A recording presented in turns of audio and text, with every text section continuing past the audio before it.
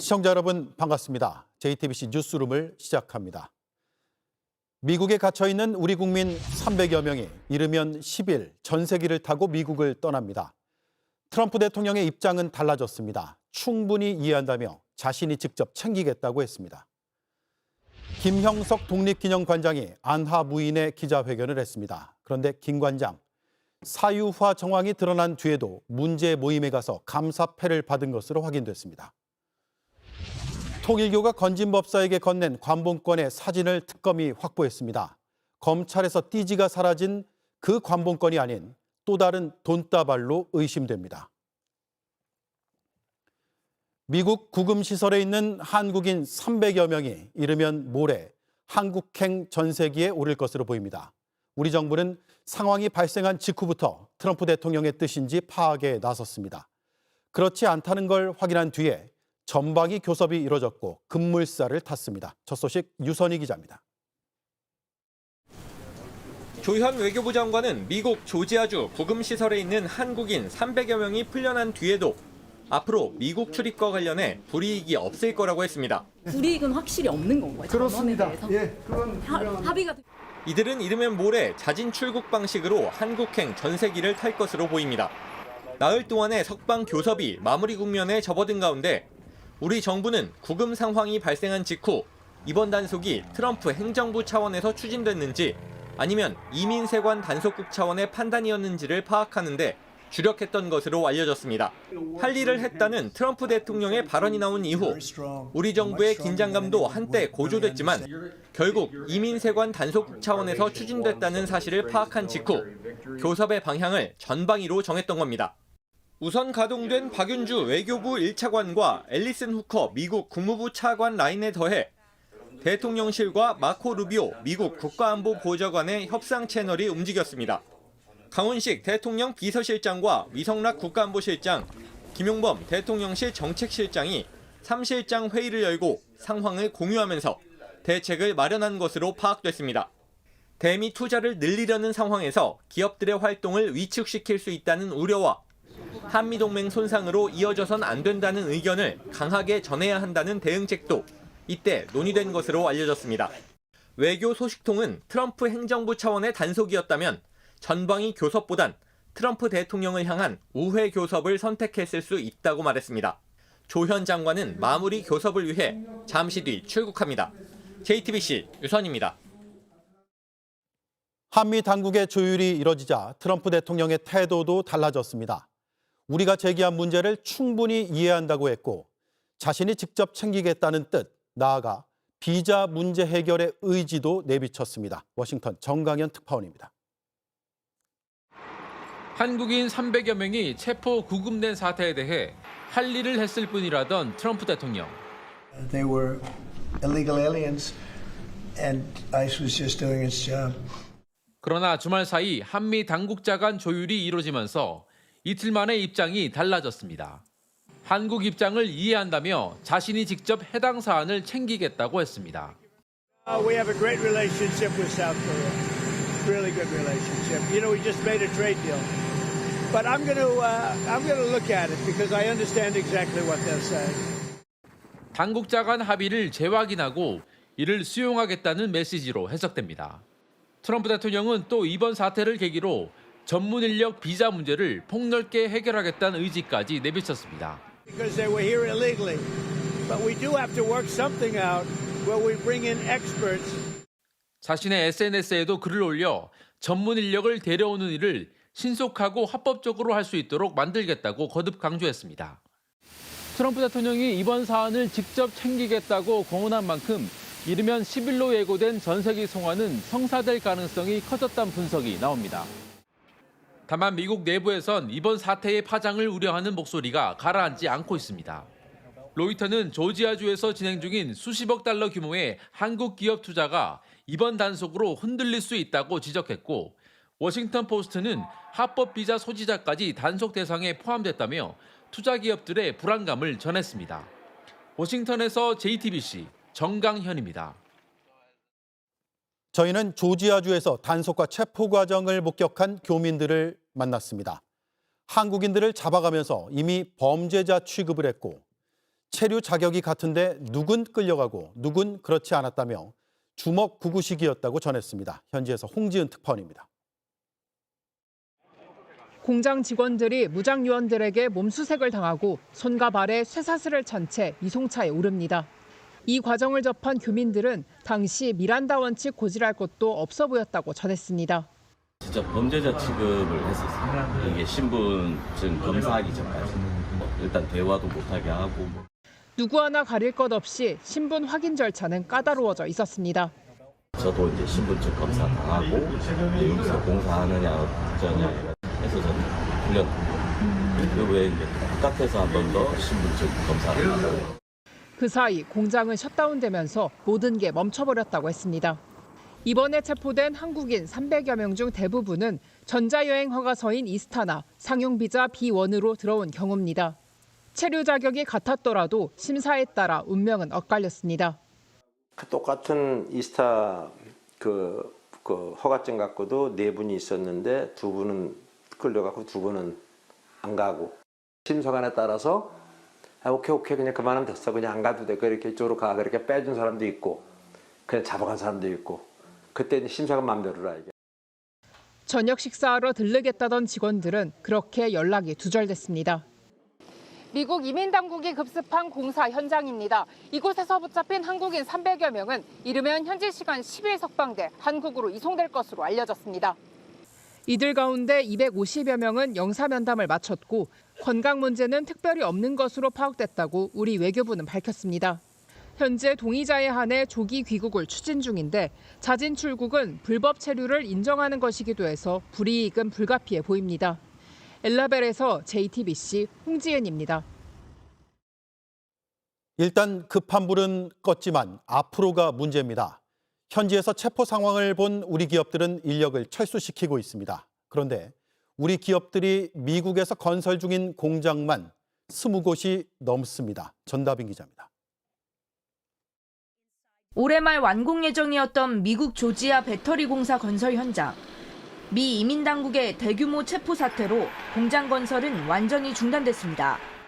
LG 에너지 솔루션 측은 일정이 지연될 수 있다는 것은 부정할 수 없다면서 구체적 지연 일자 등을 말씀드리기 어렵다고 밝혔습니다.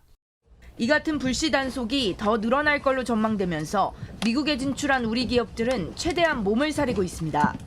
저는 비관 밑으로 다 갔었죠. 그거 문제 생겨가지고 그냥 일단 철수하는 걸로 하고 있어요.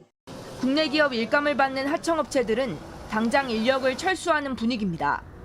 다른 지역인데도 잡혀갈까봐 혹시 모르니 또 끌려갈 수 있으니까 지역에서는 지금 출근을 안 시키고 있는 상황이고. 현재 한국 기업이 미국 현지에 짓고 있는 공장은 22곳에 달합니다. 투자액은 총 150조 원에 달할 걸로 추산되는데 반도체 배터리부터 조선업까지 업종도 다양합니다. 그렇다고 첨단 산업 설비를 맡을 전문 인력을 현지에서 구하기도 쉽지 않습니다.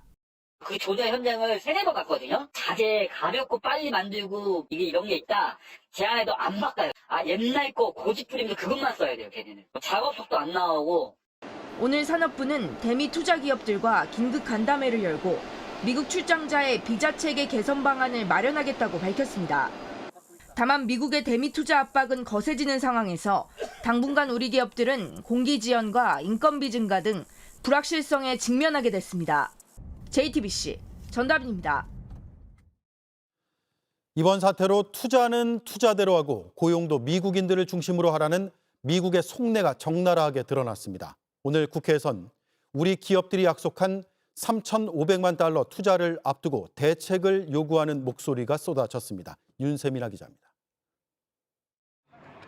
미 이민당국에 한국 근로자들을 신고했다고 주장한 조지아주 지역 정치인은 한국 기업들이 현지 주민들을 고용하지 않았다는 걸 문제 삼았습니다.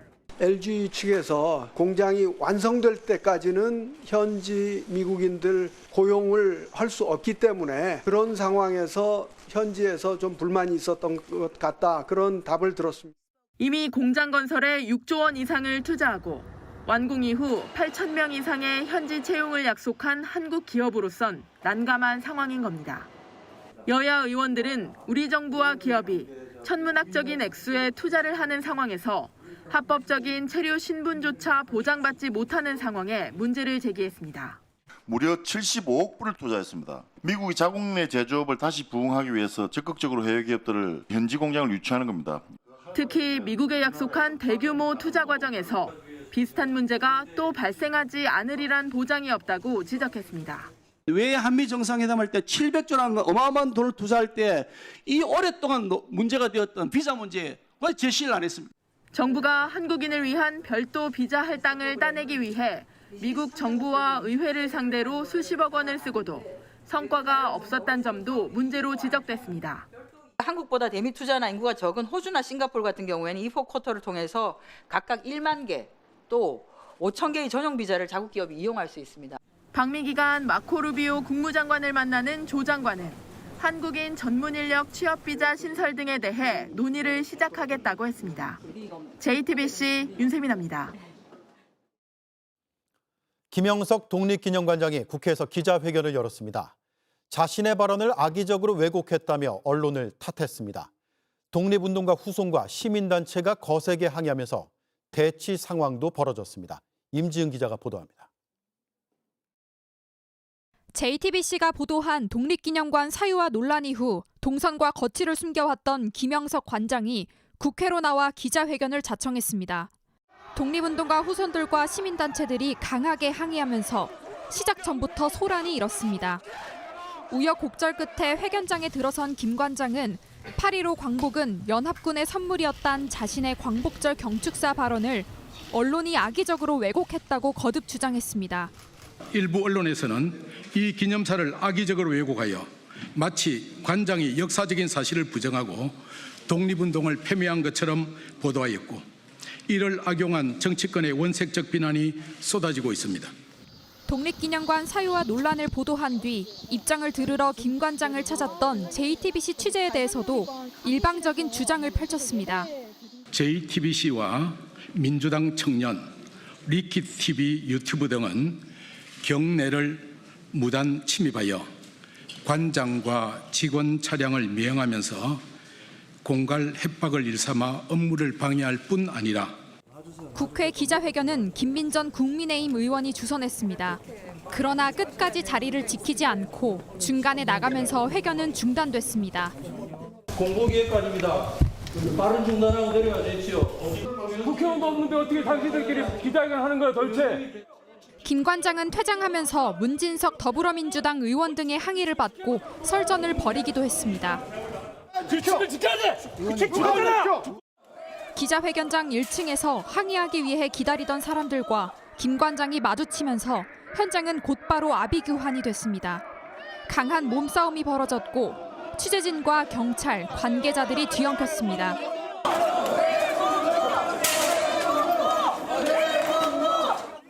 김 관장은 국회 경내 주차장까지 100m가량 걷는 동안 15분 넘게 대치했습니다. 이 과정에서 김 관장의 퇴진을 외치던 독립운동가 후손과 시민단체 회원이 쓰러져 의료진의 치료를 받기도 했습니다. 아수라장 속의 김 관장은 별다른 추가 입장 발표 없이 현장을 떠났습니다. JTBC 임지은입니다. 김영석 관장은 절차도 지키지 않고 ROTC 모임 같은 사적 행사를 독립기념관에서 했습니다. JTBC 보도로 이 사실이 드러나 국민적 비판이 거셌는데 그런 상황에서 김 관장은 그 모임에서 감사패를 받았습니다. 올바른 역사관을 위해 김 관장이 헌신했다는 게 감사패 전달의 이유였습니다. 우원석 기자의 단독 보도입니다.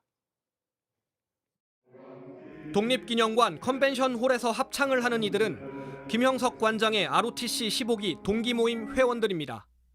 JTBC는 지난 5월 열린 이 행사가 시설 이용 사전 예약이나 이용료 납부 없이 치러진 사실을 확인해 보도했습니다.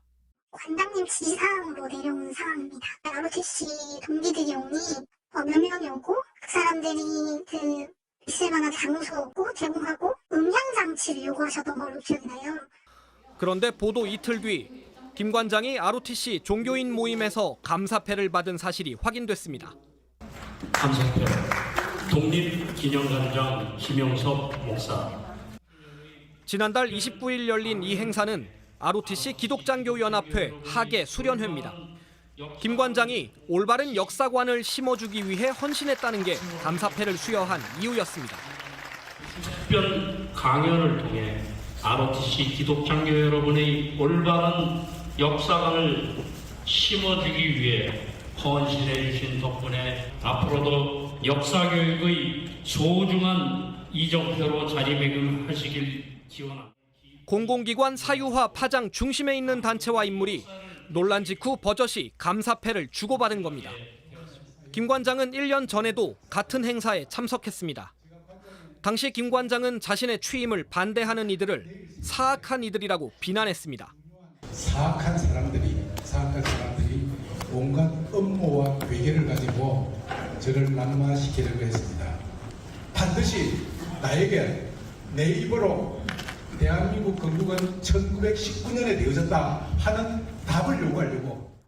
ROTC 단체 측은 김 관장에게 감사패를 수여한 이유에 대해 강연료 대신 전달한 것뿐이라는 입장을 밝혔습니다. JTBC 오원석입니다. 네, 김영석 독립기념관장을 취재하고 있는 임지은 기자가 나와 있습니다. 결국 보면 독립은 연합군의 선물이 맞다라는 점을 다시 한번 강조하려고 오늘 기자회견을 연 거네요. 네, 그렇습니다. 문제의 광복절 경축사와 오늘 기자회견 발언 이어서 한번 들어보시죠. 예. 우리나라의 광복을 세계사적인 관점에서 보면 제2차 세계대전에서 연합국의 승리로 얻은 선물입니다. 원자폭탄 2방으로 일본이 패망하고 그 결과 우리나라가 해방된 것은 역사의 진리입니다. 예, 8.15 광복이 연합군의 승전 결과라는 주장은 뉴라이트의 식민지 근대화론과 맥이 닿아 있는 거 아니에요? 네, 김영석 관장은 독립운동의 가치를 높이고 계승하는 데 앞장서야 할 독립기념관장입니다. 예. 그런 관장이 광복 80주년을 기념하는 광복절 경축사에서 독립운동의 의미를 고취시키기는커녕 광복은 연합군이 준 선물이라는 말을 하는 건 매우 부적절했다는 게 비판의 요지입니다. 김 관장은 역사가로서 광복에 대한 다양한 해석을 소개했다고 주장하고는 있지만 독립유공자 후손들은 궤변이자 교묘한 말장난이라고 반발하고 있습니다. 예. 자신이 맡고 있는 직책의 의미를 고려하지 않고 역사가로서 입장을 밝히고 싶다면 독립기념관장이라는 무거운 직책을 내려놓으면 됩니다. 예. JTBC가 김영석 관장이 교회 사람들, ROTC 동기들을 위해서 독립기념관을 사유화했다는 보도를 했잖아요. 김 관장이 오늘 이에 대해서도 해명을 내놨죠. 네, 독립기념관 사유화에 대해서는 아주 짧게 언급만 했는데 이때 JTBC에 대한 허위 사실을 언급했습니다. 한번 들어보시죠. 예. JTBC 뉴스룸에서는 김영석의 독립기념관 사유화, 교인 모아 예배, ROTC 동기회까지라는 기사를 보도했습니다. 사실이 아니란 것을 반박 보도문을 통해서 배포했고 JTBC에서도 일부 내용에 대해서 수정 보도를 하였기 때문에 그 내용으로 가름하겠습니다. 저희도 이 기자회견문을 듣고 한번 사실을 따져봤습니다. JTBC는 김 관장의 독립기념관 사유화 보도 내용을 수정한 적이 전혀 없습니다. 예. 보시는 것처럼 오히려 기사 제목을 더 비판적으로 각을 세워서 보완하거나 독립기념관에서 예배를 본 교회 이름과 신도들 개인정보가 노출되는 걸 막기 위해 화면 일부를 수정했을 뿐 김 관장의 주장처럼 사실관계가 틀려서 기사 내용을 수정한 거는 전혀 없었습니다. 예. 자, JTBC가 자신의 업무를 방해하고 있다는 주장까지 했네요. 네, 저희는 김영석 관장이 퇴임을 촉구하는 독립유공자 후손들을 피해 관장실이 아닌 카페 등에서 몰래 숨어서 업무를 보고 있다는 제보를 받고 취재를 했는데요. 이에 대해 김 관장은 독립기념관을 무단 침입해서 공갈 협박을 일삼아 업무 방해를 하고 드론을 띄워 생중계했다고 주장했습니다. 제가 직접 취재를 다녀왔는데요. 관람객을 비롯해 누구나 출입 가능한 독립기념관 경내 등에서 취재를 했을 뿐 통제된 공간을 무단으로 침입한 적은 전혀 없습니다. 드론을 띄운 사실도 없습니다. JTBC는 김 관장의 이 같은 허위사실 유포를 매우 심각하게 받아들이고 있습니다. 김 관장에게 해당 발언의 근거를 제시해달라고 요청했지만 현재까지 아무런 답을 받을 수 없었습니다. 독립기념관의 공식 입장을 요청했지만 호소문은 관장님이 직접 쓰셨다는 입장만 들을 수 있었습니다. 예. 누가 사실에 근거하고 있는지 시청자들께서 잘 이해하시리라 생각합니다. 수고했습니다. 임지은 기자였습니다. 특검이 띠지 분실 관봉권 외에 또 다른 관봉권으로 보이는 사진을 확보했습니다. 통일교 측에 건진법사에게 보낸 것으로 의심됩니다. 한국은행 띠지로 포장된 이 관봉권은 사진이 찍힌 시점이 2022년 10월로 알려졌습니다. 검찰에서 사라진 띠지는 발행일이 5월 13일로 적혀 있어서 또 다른 돈다발일 가능성이 커 보입니다. 박현주 기자가 취재했습니다. 건진법사는 통일교 측으로부터 선물은 대가성이 없다고 했습니다. 어떠한 이 대가나 그런 부분이 아닌 순수한 마음으로 저는 이제 받아들인 부분이었습니다. 하지만 특검은 윤석열 전 대통령 부부와 통일교 만남을 주선하는 대가로 금품을 받았다고 보고 있습니다. JTBC 취재 결과 특검은 건진법사에게 전달된 것으로 의심된 5만 원 관봉권 사진을 확보한 것으로 파악됐습니다. 윤영호 전 세계본부장 부인인 이모 씨가 돈을 전달하기 전 찍어 놓은 것으로 추정됩니다. 이 씨는 당시 통일교 재정국장으로 세계본부 자금 관리를 총괄했습니다. 현금은 한국은행 띠지로 묶인 관봉권 형태였습니다. 사진은 2022년 10월 하순쯤 찍힌 것으로 알려졌습니다. 실제로 이 무렵 윤 전 본부장은 전 씨에게 오랜만에 드릴 게 있으니 점심하자는 취지의 문자를 보냈고 실제로 만남은 성사됐습니다. 서울 남부지검은 지난해 전 씨의 법당을 압수수색해 발견한 관봉권 띠지 일부를 분실해 논란이 되고 있습니다. 저는 그냥 기계적으로 일을 했기 때문에 그때 당시가 무슨 일이 있었는지는 정확하게 기억이 나지 않습니다. 당시 검찰이 분실한 관봉권 띠지엔 발행일자가 5월 13일로 적혀 있습니다. 특검이 확보한 사진 속 관봉권의 촬영 시기와는 5달 정도 차이가 나 별개의 돈다발일 가능성이 큽니다. 한국은행 관계자는 JTBC에 밀봉된 상태로 현금 뭉치를 개인에게 내주는 일은 거의 없다고 했는데 그런 관봉권이 여러 개 존재할 수 있는 겁니다. BBVIP가 아니면 은행 그 지면에 그렇게 주기 쉽지 않을 겁니다. 이런 가운데 특검은 현재까지 확보된 증거와 진술을 토대로 오늘 건진법사를 구속 상태에서 재판에 넘겼습니다. JTBC 박현주입니다. 국정원 직원들을 계엄사령부에 파견하는 계획이 담긴 국정원 내부 문건이 발견됐습니다. 조태용 전 국정원장이 관여했을 거라는 의혹이 제기됩니다. 특검은 조 전 원장의 계엄 선포 직전 대통령 집무실에서 문서를 가지고 나오는 모습도 포착했습니다. 최재영 기자입니다. 윤건영 더불어민주당 의원이 지난해 12월 3일 윤석열 전 대통령이 계엄을 선포한 직후 국정원이 비상계엄 선포 시 조치사항이라는 제목의 문건을 작성한 걸 확인했습니다. 직원 80여 명을 계엄사 및 합수부 등에 파견하는 방안에 대한 검토였습니다. 계엄사에는 연락관을, 합수부에는 조사관을 파견하고 조사팀을 몇 개 조로 하고 각 조가 어떤 인물들에 대한 조사를 맡을지 등 구체적인 업무 계획이 담겼습니다. 또 임시특례법을 만들면 국정원 직원은 수사를 못하게 한 현행법도 우회할 수 있다는 제언도 포함됐습니다. 문건을 작성한 건 국정원 2차장 산하 방첩부서인 국가안보조사국입니다. 여기는 수사권이 없고 조사권, 국가안보조사국으로 이름이 바뀌었습니다. 그래서 방첩사를 도와주라는 얘기를 한 것이고. 윤 전 대통령이 탄핵 심판 과정에서 언급한 적이 있는 곳입니다. 문건 작성자는 윗선의 지시가 없었다고 주장하지만 윤 의원은 비상식적인 얘기라고 했습니다. 자발적으로 알아서 이 같은 무시무시한 계획을 세우고 법률을 검토하고 또 누군가에게 보고하기 위한 문서로 이를 정리했다는 것은 조태용 전 국정원장의 개입 여부나 비상계엄 때 국정원의 역할을 다시 따져야 한다는 건데 특검팀은 문제의 국정원 문건과 관련해 사실이라면 수사가 불가피하다는 입장을 밝혔습니다. 특검은 또 조 전 원장이 계엄 선포 당일 대통령 집무실에서 나오면서 문건을 접어 주머니에 넣는 모습이 담긴 CCTV 영상을 확보한 걸로 전해졌습니다. JTBC 최재원입니다. 윤석열 전 대통령에 대한 내란 재판의 1심 선고가 내년 초에 나올 것으로 보입니다.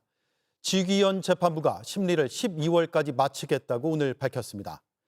침대 축구라며 시간을 끈다는 비판에 내란 특별재판부 얘기까지 여당에서 나오자 일정을 내놓은 것으로 보입니다. 김태형 기자입니다. 오늘 서울중앙지법에서 열린 내란 재판에 윤석열 전 대통령은 8번 연속 출석하지 않았습니다. 형사재판에 피고인이 출석하는 것 자유 선택이 아닌 의무입니다. 지기현 부장판사는 재판 진행에 앞서 올해 안에 내란 재판을 종결하겠다고 밝혔습니다.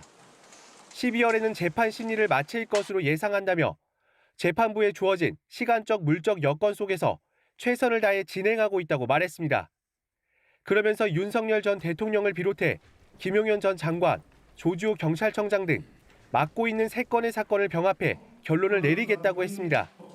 주요 쟁점과 증거들이 공통되고 심리를 효율적으로 진행하고 있기 때문에 향후 병합해 한 건으로 종결할 것이라고 설명했습니다. 최근 정청래 민주당 대표가 내란 재판을 침대 축구에 비유하는 등 정치권에서 재판 지연 논란이 제기됐습니다. 이를 내란 특별재판부 설치의 논리로 삼자 공식 입장을 내놓은 걸로 보입니다. 올해 안에 심리가 끝나면 내년 초 1심 선고가 유력한데 법원 인사 전에 현 재판부가 선고를 내릴 가능성이 큽니다. 법조계에선 윤 전 대통령의 구속기간 만료일인 내년 1월 중순 전에 1심이 선고될 거란 전망이 나옵니다. 지기현 부장판사는 내란 특검법에서 규정한 재판 중계를 검토하겠다고도 했습니다. 그러면서 특검 측과 피고인 측이 재판 중계 신청 여부를 검토해달라고 요청했습니다. JTBC 김태영입니다. 주말 사이 비가 내리고 쉼없이 급수작전이 펼쳐지고 있지만 강릉 주요 상수원의 저수율은 계속해서 떨어지고 있습니다. 평창에서 물을 끌어다 쓰자는 의견은 진작부터 나왔는데 강릉시가 이 방안 검토에 뒤늦게 착수하면서 적기를 놓쳤다는 지적이 나오고 있습니다. 조승현 기자가 취재했습니다. 강릉 지역 주 상수원인 오봉저수지 저수율은 12.4%입니다. 매일 0.3%포인트 정도씩 떨어지고 있습니다. 이대로면 열흘 뒤쯤 저수율 10% 선이 무너집니다. 밤사이 시간제 단수에 들어가는 마지노선입니다. 지난 주말부터 상수도 공급이 끊긴 대단지 아파트에선 불편이 현실이 됐습니다. 당장 단수는 없다던 설명과 달리 일부 가정에선 물이 끊겼습니다. 소변 같은 경우는 바로바로 내리지 않고 서너 번 이제 이래 모아놨다가 이제 물을 받아놨던 걸 이렇게 부어서 내리기도 하고. 단수 위기가 눈앞에 닥치면서 평창 도암댐 물을 끌어다 쓰자는 이야기가 다시 나오기 시작했습니다. 도암댐은 지난 1990년 발전용으로 만들어졌습니다. 지하 터널로 강릉까지 물을 보내 전기를 만들고 남대천으로 방류하는 방식입니다. 하지만 수질오염 논란으로 2001년 가동을 멈췄습니다. 강릉에서 15km 떨어진 이곳 도암댐에는 물 3천만 톤이 담겨 있습니다. 이렇게 가까운 곳에 많은 양의 물을 두고도 강릉시는 그동안 용수 공급에 반대해왔습니다. 수질이 나쁘고 수온이 낮다는 이유였습니다. 그런데 강릉시가 돌연 태도를 바꿨습니다. 15만 톤 물이 담긴 기존 지하 터널에 20m 길이 임시 수로를 연결하는 설계에 들어간 겁니다. 하지만 빨라야 오는 20일부터 하루 10,000톤씩 물을 공급받을 수 있습니다. 여기에 환경부 수질검사에 시민과 전문가 의견을 듣는 절차까지 거친 뒤 결정할 계획이라 더 늦어질 수 있습니다. 빨리 받을 수 있게 준비는 해놓고 수질이 나온다는 전제하에 지금 시민 소통을 해야 되는 부분이고. 앞서 한국수력원자력은 지난달 30일 이미 도암댐 방안을 제안한 바 있습니다. 하지만 강릉시가 결정을 미루는 사이 가뭄은 더욱 악화하면서 단수 위기를 스스로 키웠다는 지적입니다. JTBC 조승현입니다. 여성을 때려 숨지게 하고 시신을 석 달 동안 차에 버려둔 50대 남녀 3명이 붙잡혔습니다. 시신이 부패하면 들킬까 봐 주기적으로 유기 장소에 돌아와 상자로 덮고 차 안쪽이 보이지 않게 필름을 붙이기도 했습니다. 이런 범행을 저지른 이유는 돈 때문이었습니다. 정영재 기자입니다. 검은색 승합차에서 형사들이 내려 뛰어갑니다. 한 남성을 붙잡아와 차에 태웁니다. 양손 가득 짐을 챙겨 나오던 여성도 바로 체포됩니다. 50대 여성을 살해한 혐의로 검거된 피의자들입니다. 지난 6일 전남 무안의 한 마을에 세워진 차에서 시신이 발견됐습니다.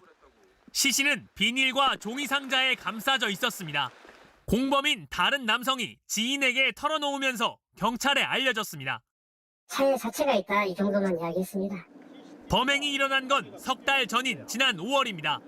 남성 2명과 여성 1명은 피해 여성을 차에 태운 채 목포 여러 곳을 돌아다니며 둔기와 손, 발로 마구 때렸습니다. 이들은 여성이 숨을 쉬지 않자 시신을 버리려고 했습니다. 하지만 여의치 않자 피의자 중 한 명이 사는 마을 공터에 차를 세워두고 석 달 동안 방치해놨습니다. 그런데 그냥 버려둔 게 아니었습니다. 시신이 부패하면서 마을 주민들에게 발각될 걸 우려해 계속해서 찾아와 관리를 했던 겁니다. 또 주기적으로 한 번씩 가서 냄새 안 나게라고 화장지로 닦고 흘리고 그러면 닦고 소독도 하고. 경찰 조사 결과 여성을 살해한 건 돈 때문이었습니다.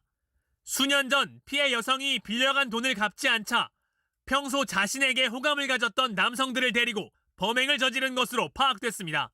이들은 대부분 혐의를 인정하고 있지만 여성 피의자는 피해 여성을 때린 적 없다며 부인하고 있습니다.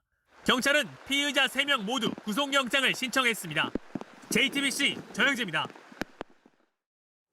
경기 남양주에서 고양이에 화살을 쏜 20대 남성이 붙잡혔습니다.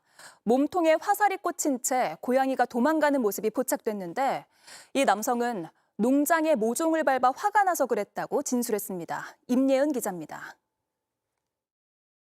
고양이 한 마리가 무언가에 쫓기듯 빠르게 내달립니다. 몸에 긴 막대 같은 물체가 달려 있습니다. 이 막대의 정체, 화살깃과 촉이 달린 날카로운 화살이었습니다. 누군가 고양이를 겨냥해 화살을 쐈고 고양이 등허리를 관통한 겁니다. 평소 고양이를 보살폈던 인근 주민, 보고도 믿을 수 없었습니다.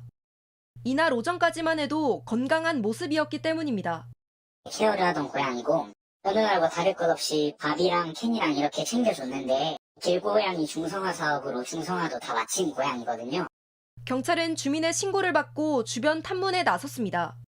영상 등을 분석해 신고 하루 만인 지난 5일 오후 3시 50분쯤 20대 남성을 검거했습니다. 인근 농장 운영자였습니다. 남성은 고양이가 아버지 농장의 모종을 밟아 화가 나 범행을 저질렀다고 진술한 것으로 전해집니다. 경찰과 지자체는 포획틀을 놓고 구조를 시도하고 있지만 그날 이후 고양이의 모습 볼 수 없었습니다. 놀라서 도망갔는지 그 뒤로는 안 오더라고요, 고양이가. 경찰은 조사를 마치는 대로 동물보호법 위반 혐의로 남성을 검찰에 송치할 예정입니다. JTBC 임예은입니다. 70명 넘는 KT 가입자가 소액 결제 피해를 당했습니다. 멀쩡히 휴대폰을 보고 있는 상황에서 패스앱 인증까지 받아 결제가 이뤄졌는데 결제 문자조차 받지를 못했습니다. 듣도 보도 못한 수법이라 여러 가능성을 열어놓고 수사가 이뤄지고 있습니다. 임지수 기자입니다. 광명에 사는 30대 김모 씨는 지난달 27일 자신도 모르게 카카오톡에서 로그아웃된 사실을 발견했습니다. 이미 50만 원가량이 소액 결제로 빠져나간 뒤였습니다. 들어간 적도 없는 패스 앱에선 자신의 번호로 인증까지 받은 사실도 확인했습니다. 그 패스앱에 보니까 문자 인증이나 또 KT 이제 인증을 하는 이력이 남더라고요. 김 씨는 결제가 이뤄진 시각 휴대전화를 보고 있었지만 결제됐단 문자는 한 통도 받지 못했습니다. 결제가 된 그 시간대가 똑같아서 핸드폰을 계속 보고 있어서 저는 문자를 안 받았고 다른 사람이 이거를 결제를 했던 게 되게 수상한 링크를 누른 적도 없고 새 유심 발급 내역도 없어 원인은 오리무중입니다. 경찰은 최근 열흘 사이 경기 광명, 서울 금천구에서 비슷한 피해자가 74명으로 늘어났다고 파악했습니다. 다만 피해 지역은 부천, 인천 등으로도 확산하는 걸로 보입니다.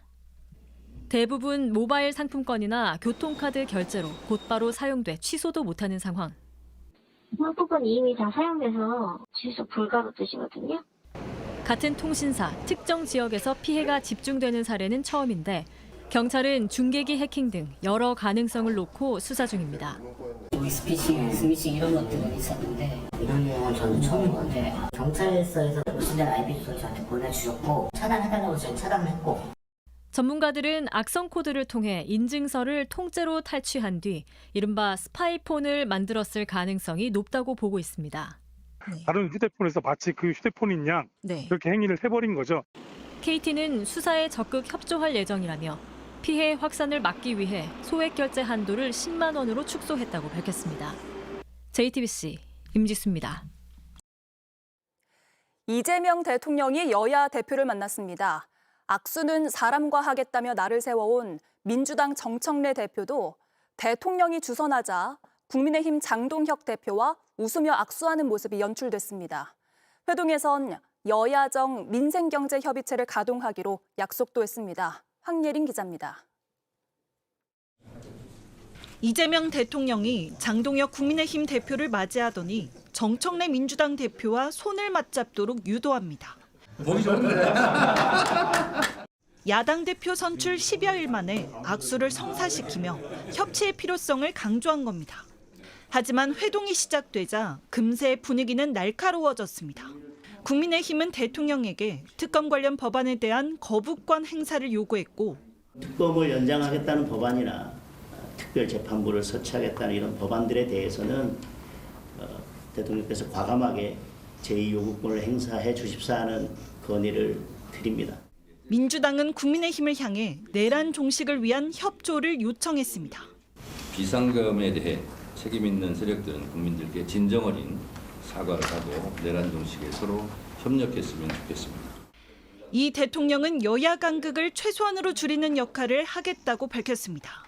서로 용납될 수 있는, 용인될 수 있는 것들을 최대한 찾아내고 그래서 공통 공약 같은 거는 좀 과감하게 같이 시행을 해보는 것도. 실제 회동에선 장 대표의 제안으로 여야정 민생경제협의체를 비정기적으로 운영하기로 했습니다. 민주당은 야당 대표와 허심탄회한 대화를 나누었다는 데에 방점을 찍었습니다. 저는 평소에 대통령님과 소통할 기회가 많으니 오늘은 장동혁 대표께서 말씀을 많이 하시도록 진지하게.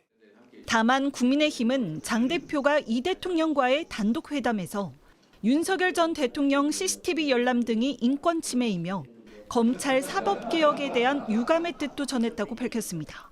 검찰 해체 시도와 관련해서 대통령은 야당 의견이 충분히 반영될 수 있도록 조치하겠다는 뜻을 밝혔습니다. 저는 현장에서 이재명 대통령의 발언을 속도 조절로 받아들였습니다. 민주당은 오찬에 앞서 이 대통령과 정 대표가 따로 회동을 가졌다고도 했습니다. JTBC 황예린입니다. 당내 성폭력 사건을 처리하는 과정에서 조국혁신당은 2차 가해 신고가 공식적으로 없었다고 했지만 피해자들은 사례를 모아가며 대책을 요구해왔던 걸로 확인됐습니다. 피해자와 가해자의 집 방향이 다른데 어떻게 택시에서 추행이 있었겠냐는 식의 2차 가해가 있었다는 주장입니다. 한민정 기자입니다.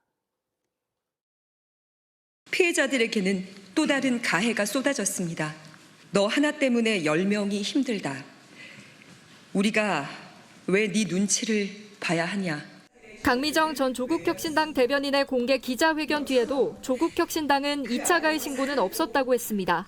2차 가해는 성비위 사건 2건에서는 윤리위에 접수되지 않았고 피해자 측 얘기와 다릅니다. 2차 가해자에 대한 자료들을 증빙 자료들을 저희가 다 수집을 해서 제공을 했습니다. 지난 5월 만들어진 인권특위에 자료를 넘기며 2차 가해 실태 파악과 조치 등을 수차례 요청했다는 겁니다. 이런 요청에 특위위원장이 당내 2차 가해 관련해서는 당에서 해결해 줄 것을 권고한다고 했지만 정작 이행 조치를 논의하기 위해 특위에 이어 지난 7월 구성된 TF는 이 문제를 다루지 않았습니다. 2차 가해는 애초에 논의 대상이 아니라는 걸 알게 된 거예요. 2차 가해와 관련한 자료를 검토했는데 너무 광범위하여 시간상 여러 가지로 여기에서 조사할 수도 없어서 다루기가 어려웠다. 당이 적극적으로 나서지 않는 사이 2차 가해는 내부에서 더 넓게 퍼졌습니다. 성추행에 대해서는 굉장히 심각한 2차 가해들이 계속 이루어졌는데 SNS에 택시 성추행건에 대해서 두 사람은 집 방향이 다른 반대인데 아무튼 두고 보시죠 이런 식으로 아무 일도 아니다 또는 피해자가 굉장히 사실과 다른 주장을 한다는 식으로 했어요. 조국혁신당은 피해자 측 TF위원이 2차 가해를 다뤄달라는 구체적 요청이 없었다고 했습니다. 이런 가운데 조국혁신당은 비상대책위원회 출범을 준비하고 있습니다. 앞서 성추행 사건 등 처리에 대해 비당원 신분이라 할 수 있는 게 없었다고 말해 책임 회피라는 비판을 받은 조국혁신정책연구원장도 비대위원장에 나설 걸로 고민하는 걸로 전해졌습니다. JTBC 한민정입니다.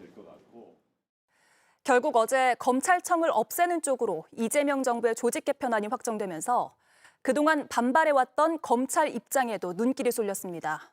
노만석 총장 대행은 오늘 아침 출근길에 검찰의 잘못을 깊이 반성한다면서도 국민 입장에서 설계됐으면 한다는 말을 덧붙였습니다. 보안 수사권이라도 지키려는 포석으로 풀이됩니다. 김혜리 기자입니다. 이재명 정부는 어제 검찰의 기소와 수사 기능을 분리해 검찰청을 해체하는 조직 개편안을 확정 발표했습니다. 이와 관련 노만석 검찰총장 직무대행은 오늘 출근길에 헌법에 명시돼 있는 검찰이 법률에 의해 개명당할 위기에 놓였다며 반성한다는 입장을 내놨습니다. 이 모든 것이 우리 검찰의 잘못에 기인한 것이기 때문에 저희들 그 점에 대해서는 깊이 반성하고 있습니다. 다만 그러면서도 개혁의 세부적인 방향은 국민 입장에서 설계됐으면 한다고 했습니다. 보안 수사권 폐지에 대해선 진행되는 과정에서 입장을 내겠다고도 했습니다. 노 직무대행은 앞서 보안 수사를 통해 실체적 진실을 밝히는 건 검찰의 권한이 아닌 의무라며 보안 수사권까지 폐지하는 안에 사실상 반대 의견을 냈습니다. 검찰 내부에선 보안 수사까지 못하게 된다면 진실 발견과 피해자 보호를 포기하라는 것과 다름없다. 검찰개혁이 아닌 형사사법체계의 붕괴다라는 목소리도 나옵니다. 민주당은 오는 25일 본회의에서 조직 개편안을 통과시키겠다는 입장입니다. 약속드렸던 것처럼 올 추석 귀향길에 검찰청 폐지라는 소식을 꼭 들려드리도록 하겠습니다. 정성호 법무부 장관은 검찰의 보안 수사권 문제는 입법 과정에서 논의가 돼야 한다고 말했습니다. 1차 수사기관이 권한을 수사권을 남용하지 않게 오용하지 않게 어떻게 제도 조작 장치를 만들 것인지 그런 여러 가지 문제 하나라고. 이에 따라 법안 유예 기간 동안 검찰개혁 논란은 계속될 것으로 보입니다. JTBC 김혜리입니다. 관봉권 띠지 분실 사건을 두고 민주당은 새로운 특검에서 수사를 해야 한다고 주장하고 있습니다. 이른바 띠지 특검에 기존 3대 특검을 연장하고 내란 특별재판부까지 필요하다는 입장이어서 국민의힘은 반발하고 있습니다. 박사라 기자입니다. 건진법사 은신처에서 발견된 현금 다발, 즉 관봉권의 띠지가 사라진 것과 관련해 더불어민주당은 이 사건 수사를 검찰에 맡길 수 없다는 입장입니다. 관봉권 띠지 분실 사건은 그 사안을 자초한 검찰이 아니라 별도의 독립된 특검 혹은 상설 특검에 의해서 진상을 규명을 해야 한다 이렇게 생각을 합니다. 앞서 띠지 분실 경위를 밝히기 위해 검찰 수사관들이 국회에 나왔지만 미리 준비한 서면을 읽으며 모른다는 말만 반복해 논란이 일었습니다. 이후 검찰을 믿을 수 없다는 여론이 일자 이재명 대통령도 법무부에 상설 특검 등을 검토하라고 지시한 바 있습니다. 민주당은 이외에 윤석열 정권 정치 수사에 대한 특검도 추가로 필요하다는 입장입니다. 현재 진행 중인 3대 특검의 수사 기관과 범위를 연장하는 특검법 개정안은 이번 주 국회 본회의에 상정될 전망입니다. 국민의힘은 특검을 평생 하겠다는 것이라며 반발했습니다. 특검의 수사 기한이 종료되어도 수사를 국수본에 넘겨서 특검이 국수본을 지휘하게 하는 사실상 항구적인 특검 체제를 구축하겠다고 합니다. 민주당은 비상계엄 사건을 전담할 내란 특별재판부를 도입하는 방안도 검토 중인데 이에 대해서는 여당 내에서도 의견이 엇갈립니다. 3대 특검 대응특위 회의에서 이 대통령과 사법연수원 동기인 법관 출신 박희승 의원이 공개적으로 반대 의사를 밝히기도 했습니다. 국회가 나서서 그것을 직접 공격을 하고 법안을 고쳐서 한다는 것은 똑같습니다. 윤석열이 국회 그 상권 분립 정신을 무시하고 계엄을 발동해서 총칼을 들고 들어온 거와 JTBC 박사라입니다. 윤석열 정부 때 웨스팅하우스와 맺은 계약이 불공정 계약이란 비판이 이어지면서 의사결정 과정에도 관심이 쏠리고 있습니다. 당시 이사회에 참여했던 한 인사는 저희 JTBC에 산자부와 더 높은 곳에서 합의가 있었던 것 같다고 전했습니다. 더 높은 곳이 어디인지 규명이 필요해 보입니다. 박소연 기자가 취재했습니다. 한전과 한수원은 지난 1월 미국 웨스팅하우스와 지식재산권 분쟁을 끝내는 계약을 맺기 전 각각 이사회를 소집했습니다. 지난해 11월 말과 올해 1월 초 두 차례입니다. 당시 이사회 한 참석자는 다양한 경론이 일었었다고 JTBC에 전했습니다. 계약서엔 한전과 한수원이 원전 한 기를 수출할 때마다 1조 원어치 대가를 지불해야 하고 북미와 유럽 등엔 진출하지 못한다는 내용이 담겼습니다. 당시 이사회에서도 불공정 계약을 우려하는 목소리가 나왔습니다. 또 다른 이사회 참석자는 산자부와 더 높은 곳에서의 합의가 있었던 것 아니냐는 인식 아래에 의사결정이 이뤄졌다고 전했습니다. 더 높은 곳이 대통령실이냐 질문은 해외 수주라는 특수성을 고려할 때 공기업이 독자적으로 판단했을 리는 없다고 생각했다고 설명했습니다. 한전과 한수원 측은 이사회에서 우리 독자적인 원천 기술이 없다는 걸 계약의 명분으로 삼은 걸로 알려졌습니다. 최근 국회에 나온 황주호 한수원 사장은 윤석열 정부 대통령실 개입 의혹에 즉답을 피했습니다. 대통령실에서는 일체 그 어떠한 의견도 없었다 이렇게 얘기할 수 있어요? 저희는 직접 대통령실을 상대하지는 않습니다만. 하지만 이런 내용을 확인할 수 있는 당시 이사회 의사록은 현재 비공개 상태입니다. 한전과 한수원이 영업상 비밀이라는 이유로 회의록 전면 비공개를 요청했는데 기재부가 모두 받아들인 겁니다. 비공개 결정 사실조차 공시하지 않는 건 매우 이례적인데 면밀한 조사가 필요하다는 지적이 나옵니다. JTBC 박수연입니다. 우리 정부가 말하는 AI 3대 강국의 비전은 단지 희망 섞인 구호만이 아닙니다. 우리 대한민국의 미래를 결정할 핵심 생존 전략입니다. 국가 AI 전략위원회가 오늘 출범했습니다. 이재명 대통령이 위원장을 맡았고 생존을 강조했습니다. 그 실무를 담당하고 있는 대통령실의 하정우 AI 미래기획수석 스튜디오에 나와 있습니다. 어서 오세요. 안녕하십니까? 예, 이재명 대통령이 생존을 강조했습니다. 그만큼 현 정부에서 힘을 싣고 있는 분야라고 봐도 될까요? 네, 그렇죠. 대통령 후보 시절의 첫 번째 공약이 인공지능이었고 또 첫 번째 지방 일정이 울산에서 AI 데이터 센터, AI 고속도로 일정이었습니다. 그만큼 인공지능이 국가 경쟁력에 차지하는 비중이 크다고 보고 있고 가장 중요한 아젠다라고 보시면 되겠습니다. 예, 지금 5개 기업이 중심이 돼서 5개 컨소시엄이 이루어지고 있잖아요. 언제쯤 대한민국 국가대표 AI가 나오게 될까요? 지금 계획상으로는 27년 말 정도 되면은 2개가 남는 걸로 되어 있긴 합니다만 그때 상황에 맞추어서 예를 들면 컴퓨팅 인프라라든가 혹은 기술의 상황이 기술 발전 상황이 어떻게 되어 있느냐에 따라서 국가대표가 더 많을 수도 있고 여러 형태의 국가대표가 있을 수도 있고 이렇게 유연하게 봐야 될 것 같습니다. 2년 좀 넘게 남았네요. 하반기면. 맞습니다. 그런데 그러면 어떤 컨소시엄이 탈락하고 어떤 컨소시엄이 선정되고 그런 기준이 뭡니까? 네, 기본적으로 정량적으로 이 인공지능도 우리 사람처럼 어떤 시험 평가란 게 있습니다. 객관적으로 능력치를 평가할 수 있는 체계들이 있는데 그런 정량적인 평가와 더불어서 만들어진 인공지능이 얼마만큼 실제 서비스에 유용하게 쓰이는 거냐, 쓰일 거냐 하는 부분도 측정을 할 거고요.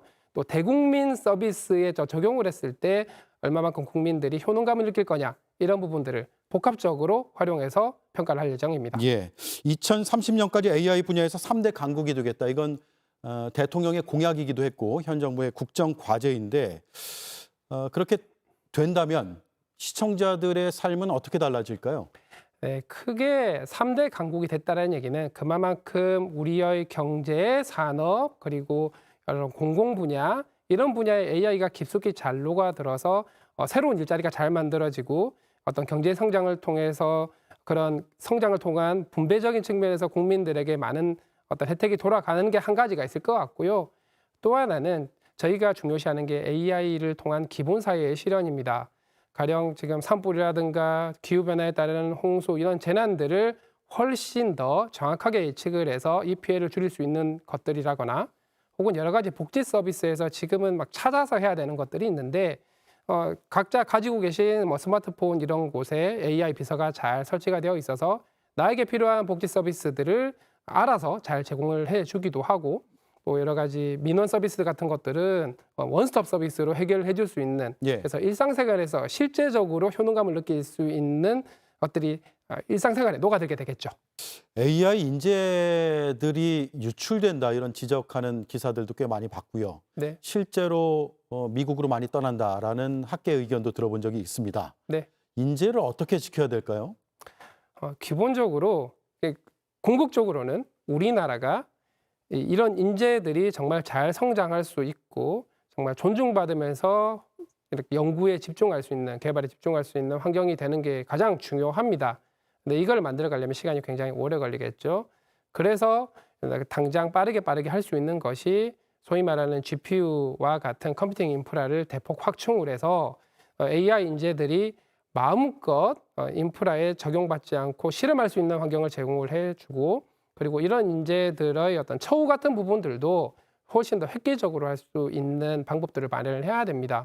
가령 예를 들면은 기업과 대학에 동시에 적을 두게 해서 양쪽에서 월급을 받으면서 필요한 연구 개발을 할 수 있도록 하는 것도 한 가지 방법이 될 수 있겠고요. 또 하나는 병역 특례 제도를 훨씬 더 획기적으로 개선하는 방법도 될 수 있겠죠. 전체적인 문화가 과학자 혹은 인공지능 전문가가 정말 되고 싶은 선망의 대상이 되는 그런 사회와 나라가 될 수 있도록 해야 된다고 생각합니다. 마지막 질문 드리겠습니다. AI 국가전략위원회, 국가 AI 전략위원회죠. 위원회가 이제 막 출범했습니다. 가장 먼저 무엇을 하고 싶습니까? 크게 두 가지를 진행을 하게 될 것 같습니다. 첫 번째는 실제로 국민 여러분들이 효능감을 느낄 수 있는 공공 분야에서 되게 불편했던 어떤 서비스들을 좀 빠르게 진행을 해보려고 해요. 민원 이런 걸 신청을 해야 되는데 굉장히 불편한 것들이 많거든요. 이런 부분들을 AI를 활용해서 훨씬 더 쉽게 해드릴 수 있는 게 하나가 있고, 두 번째는 AI 소양 교육이라고 할 수 있는데요. 전 국민들이 AI를 두려워하거나 혹은 너무 맹신하거나 하지 않도록 정확하게 AI를 알고, 그리고 정확하게 AI를 활용해서 전 국민들의 어떤 그 역량을 높일 수 있도록 하는 부분들을 빠르게 추진해갈 예정입니다. 앞으로의 활동 잘 지켜보고 또 큰 발전이 이루어지기를 응원해 보겠습니다. 잘 들었습니다. 고맙습니다. 감사합니다. 하정우 AI 미래기획 수석이었습니다.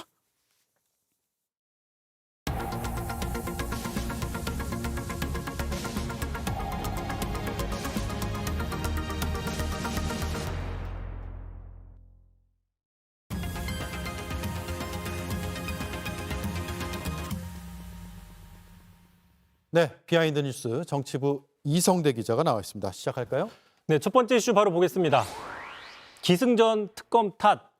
지금 미국 현지의 한국 공장의 한국 근로자들 체포 사태 관련해서 정치권에서는 한 목소리로 사태 해결을 촉구했습니다. 하지만 이 사태 원인을 놓고서는 국민의힘에서는 이게 미국 탓이 아니라 이게 다 이재명 정부 탓이다, 이런 목소리가 나왔는데 대표적으로 친윤계 의원이죠. 김민전 의원입니다. 이렇게 자신의 소셜미디어에 썼는데요. 이건 경제 문제나 불법 이민 문제가 아니다. 이재명 정부와 여당이 특검을 동원해 교회를 급습하고 목사님들을 압수수색 체포하려고 했기 때문이다라고 적었는데, 한마디로 우리나라 특검 탓, 우리 정부 탓이라는 겁니다. 지난 한미 정상회담 때도 트럼프 대통령이 특검 수사 관련해서 설명을 듣고 한국 상황 오해한 것 같다 이렇게 밝혔는데도 그럼에도 여전히 특검 탓, 또 교회 압수수색 탓을 하는 것 같네요. 그렇습니다. 참고로 극우 세력과 이른바 윤어게인 세력들은 지금 트럼프 대통령이 우리나라 국내 정치 상황에 개입해서 구속돼 있는 윤 전 대통령을 구출해주고 또 특검 수사를 비판해줄 것이다, 이렇게 꾸준히 믿어오고 있죠. 항공모함도 곧 오고요. 이 때문에 모든 한미 관계를 오직 윤 전 대통령 중심으로 해석하는 이른바 윤석열 천동설의 오류에 빠져 있는 게 아니냐, 이런 비판이 나오고 있는 겁니다. 그런데도 민간인도 아닌 헌법기관이죠. 현역 의원이 이런 비현실적인 주장에 동조하는 모습은 문제가 있다, 이런 지적이 있는데, 심지어 여기서 그치지 않고 국민의힘 지도부까지 나서서 비슷한 주장을 했습니다. 직접 들어보시죠. 한국 정부를 향해서 똑똑히 지켜보라는 메시지를 보내는 것이라고, 야당 탄압하고 정치 보복하고 종교 탄압하는 국가의 국민들에게 이렇게 하겠다라는 메시지. 야당이 정부 비판하는 건 뭐 어찌 보면 당연할 수도 있겠으나 그거보다 교민들의 안전, 또 우리 국민들의 안전, 그리고 국익을 생각해야 되는데 그렇지 않은 것 같네요. 그런 지적이 있는 거고요. 심지어 오늘 이 미국의 한국인 구금 사태가 노란 봉투법 때문이다, 상법 탓이다, 이런 주장까지 나왔습니다. 먼저 들어보시죠. 트럼프 대통령이 한국 정부에 보낸 경고입니다. 가장 급진적 이념단체인 민주노총 출신의 고용노동부 장관을 앞세워 더 센 상법과 노란 봉투법과 같은 반기업 입법을 밀어붙인 후과입니다. 그런데 참고로 야권에서는 그동안 줄기차게 노란 봉투법이나 상법이 통과가 되면 기업들이 한국을 탈출할 것이다, 해외로 나갈 것이다 주장을 해왔었죠. 자, 이 논리대로면 지금 우리나라를 떠난 기업들이 대미 직접 투자를 늘릴 가능성이 커지니까 어떻게 보면 미국 입장에선 환영할 만한 일입니다. 자, 그런데 정작 미국에선 이 법들 때문에 미국에 더 투자할 가능성이 있는 한국 기업들을 급습한 것이라서 모순적이다, 앞뒤가 맞지 않다, 이런 비판도 나오고 있습니다. 예, 이번 사태가 특히 미국이 과도하게 했다라는 지적들이 많이 나오고 있고, 우리 정부는 최대한 신속히 사태 해결에 나섰고 그래서 급물살을 탔다고 앞서도 보도를 했잖아요. 그렇습니다. 그런 지적, 그런 원인 분석이 있는데 대표적으로 보수 매체들도 그런 얘기를 하고 있습니다. 자, 대표적인 보수 매체죠. 오늘 사설에서 자, 대규모 투자를 통해 미국 경제에 기여하려는 한국에 대한 신의를 무너뜨린 중대한 사태다. 또 트럼프 정부가 미국 투자를 압박하면서 정작 비자 단속을 벌이는 건 앞뒤가 맞지 않는다. 자, 국민의힘의 분석과 달리 대체로 미국 탓을 하고 있는 겁니다. 특히 그 논란이 확산되자 트럼프 대통령은 한국 관계가 좋고 그다음에 우리 입장을 이해하고 직접 자신이 챙겨보겠다, 이렇게 또 수습까지 나선 상황이죠. 자, 결국 이 때문에 극우 세력 또 윤어게인 세력들과 이 주장에 동조하는 국민의힘 일부 친윤계 의원들과 달리 이들이 또 머쓱해진 상황이 되는 게 아니냐, 이런 분석도 나오고 있습니다. 예, 다음 이슈는요. 자, 두 번째 이슈 바로 보겠습니다. 또 김민전, 제목 그대로입니다. 예. 자, 뉴라이트 성향에 논란이 되고 있는 김영석 독립기념관장이 오늘 국회에서 기자회견을 열고 독립은 연합군의 선물이라는 자신의 주장 다시 한번 되풀이해서 논란이 됐습니다. 오늘 국회에서 보신 것처럼 큰 논란이 있었는데, 외부 단체나 사람이 국회에 와가지고 기자회견을 하려면 현역 의원이 대신 예약을 해주거나 함께 해야 되는 것이죠. 그래야죠. 바로 그 자리에 김민전 의원이 있었던 겁니다. 자, 오늘 국회 회견장 일정표를 좀 가져와 봤는데요. 보시면 10시 40분 김민전 의원, 자, 외부 인력 5명, 대국민 호소문 발표라고 해서 구체적인 내용은 없이 저렇게 얘기를 했습니다. 자, 김민전 의원도 오늘 회견장의 앞부분에는 같이 참석을 했는데 잠깐 보시죠. 예. 제가 그렇게 많이 찍으셔야 될 이유가 있을까요? 참고로 김민전 의원은 나중에 자리를 뜬 걸로 알려져 앞서 보신 것처럼 논란이 더 커졌습니다. 예, 김민전 의원이 올해 초에도 백골단을 국회로 불러들여서 회견을 주선해서 논란이 된 적이 있죠?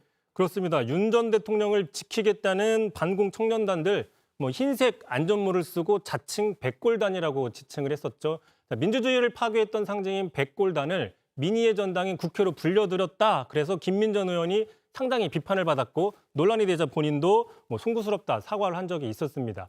그런데 8개월여 만에 또 한 번 논란이 되는 기자회견을 직접 주선해서 다시 논란이 되는 겁니다. 자, 민주당에서도 또 강력하게 비판을 했는데 직접 들어보시죠. 예. 김영석을 파면하라라고 외치고 있는데, 이런 시점에 김민전이라고 하는 국회의원이란 자가 이곳에 김영석을 불러다가 기자회견을 하겠다는 것만으로도 국회의원의 자격이 없다. 예, 절차만 지키면 국회에는 누구나 설 수 있지만 또 아무나 서서는 안 되는 그런 것이죠. 잘 들었습니다. 이성대 기자였습니다.